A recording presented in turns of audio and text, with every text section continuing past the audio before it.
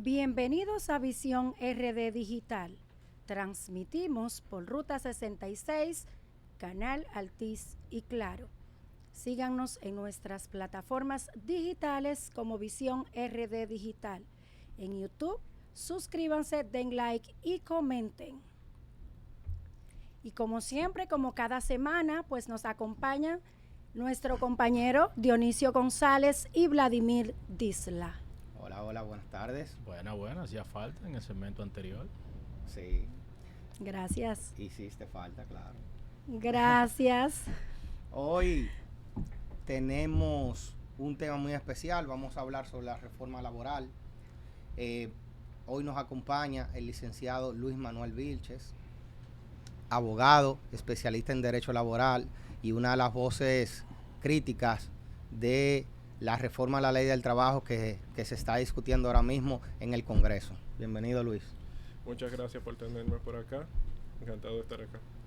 Luis, ¿qué es lo que está pasando con la reforma laboral? ¿Tú puedes hacernos un pequeño recuento?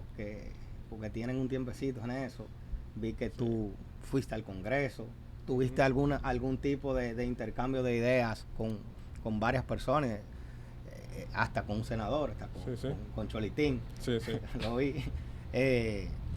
Y nada, ¿qué es lo que está pasando con la reforma? Sí, bueno, obviamente tenemos ya varios años hablando de la reforma laboral, pero nunca se había llegado al punto donde estamos, de que ya es una discusión en el Congreso. Y justamente la necesidad de modificación al Código de Trabajo se debía o se debe a que tanto la parte empleadora como también a veces los mismos trabajadores querían como que el Código de Trabajo pudiera actualizarse a ciertas situaciones que se venían presentando. El problema ha venido con lo que se tiene que ver con los puntos que quieren modificarse. Pues ya como pueden ver hay una parte que quisiera que se modifique la cesantía. Obviamente los trabajadores no están muy de acuerdo con eso. Pero también la reforma al Código de Trabajo no se limita a esos puntos. Y ahí es que viene quizás, vamos a decir, lo crítico que ha sido con la reforma, porque hay puntos que si bien, no necesariamente hay que tocarse la cesantía para buscar que el Código de Trabajo sea más, vamos a decir, amigable para la empresa, pero también sin sacrificar lo que los trabajadores hasta la fecha han podido se le han podido reconocer. Y en ese punto es que vemos como que quizás se enfocaron tanto en la lucha por la cesantía que se olvidaron de que todo en el Código de Trabajo hay tantas cosas que pueden mejorarse. Claro. Ahora mismo, ¿cómo está? Es más, ¿tú crees que le conviene más a los trabajadores o al empresariado ahora mismo, o a los empresarios? Bueno, entiendo de que hay unos puntos a favor del trabajador, pero definitivamente en cuanto al empresario no necesariamente se ha hecho algo más amigable, pero entonces también han integrado, vamos a poner así, un problema adicional, y es en el sentido de los trabajadores domésticos con relación a las familias dominicanas que la emplean. Claro. Porque se le han establecido una serie de obligaciones que no estaban incluidas en el Código de Trabajo actual, pero que al mismo tiempo esas obligaciones que le han agregado no han analizado el alcance que puedan tener, en el sentido de que hay, vamos a decir, indemnizaciones que están establecidas para el sector privado, las empresas, cuando no cumplen con estas obligaciones, por ejemplo, de la seguridad social, que se le estarían imponiendo también a la familia dominicana. Y entonces no son cualquier tipo de, vamos a decir, de multas o castigos, sino que, por ejemplo, el Código de Trabajo, una de las cosas, la reforma con lo que viene justamente son con unas indemnizaciones más pesadas para las empresas que no cumplen con las disposiciones del Código, sobre todo lo relativo a la seguridad social.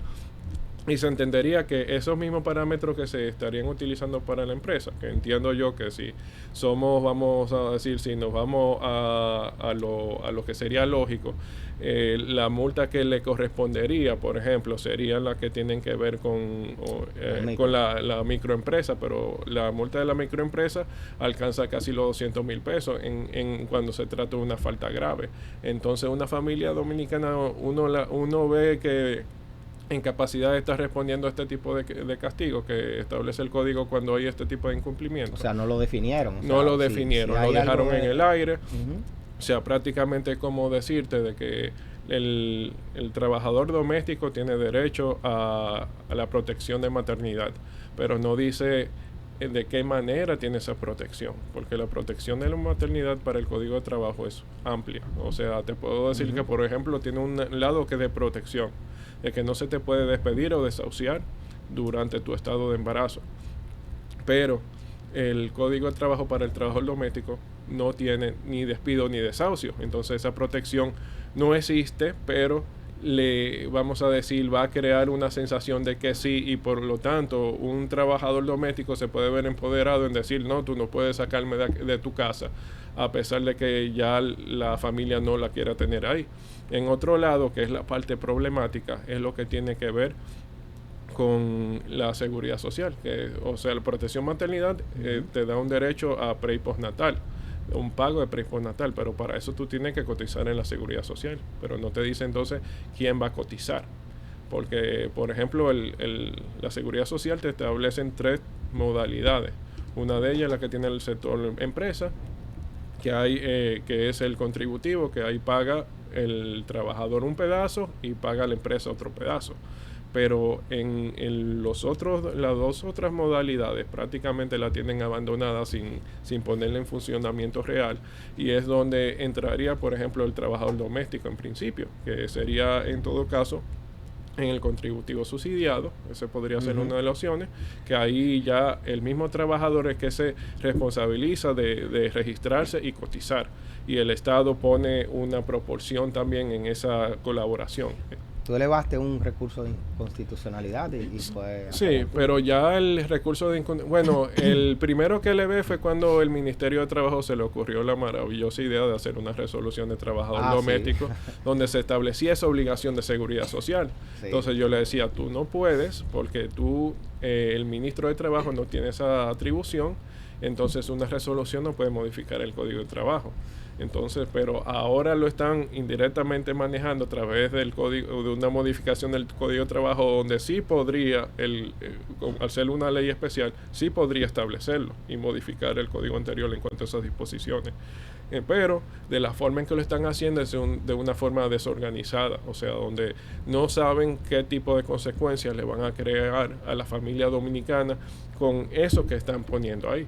Y te podrían decirle que, por ejemplo, no, que la OIT tenemos un convenio que tenemos que respetar, pero eso lo dicen sin entender lo que están diciendo, porque si nos vamos a eso, la OIT también reconoce horas extras para el trabajador doméstico. Sin embargo, en la reforma al código no se le están poniendo. Entonces, tú pones lo que tú quieras y te escudas del OIT cuando tú no le estás cumpliendo de la manera en que supuestamente debe cumplirse. Entonces, no. ¿Y por qué lo digo? Porque realmente el OIT lo que te dice en su convenio es que tú como país tienes que tomar aquellas medidas que están dentro de tu capacidad.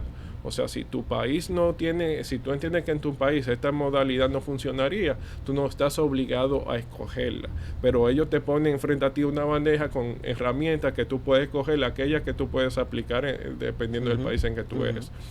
Pero ellos simplemente quieren, no, ahí lo dijo la OIT, vamos a ponerlo aquí, pero sin consecuencias, sin entender las consecuencias.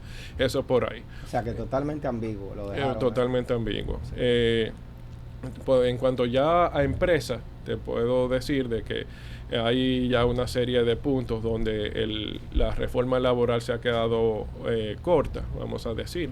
Y es, por ejemplo, en lo que tiene que ver con los embargos y que se da mucho en la materia laboral y tanto los retentivos y los ejecutivos, porque si bien han mejorado entre comillas lo relativo a lo que tiene que ver con la garantía que tiene que depositar una empresa, lo han hecho de una manera en que simplemente han dividido esa garantía en dos partes.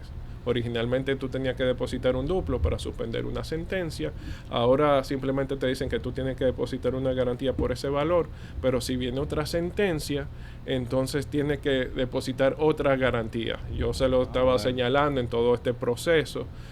Medio lo entendieron, en un momento como que lo iban a eliminar esa segunda garantía que están poniendo sin necesidad, porque en principio lo que se habló siempre era de que solamente era una garantía por el monto de la sentencia. Sin embargo, cuando tú lees todo lo que te dice la reforma, te aparece una segunda garantía que ellos no entendieron cómo ponerla de una manera en que se entienda que es la misma garantía, que tú no tienes que volverla a depositar, si eso era lo que querían, pero realmente la redacción se quedaron cortos, por ejemplo.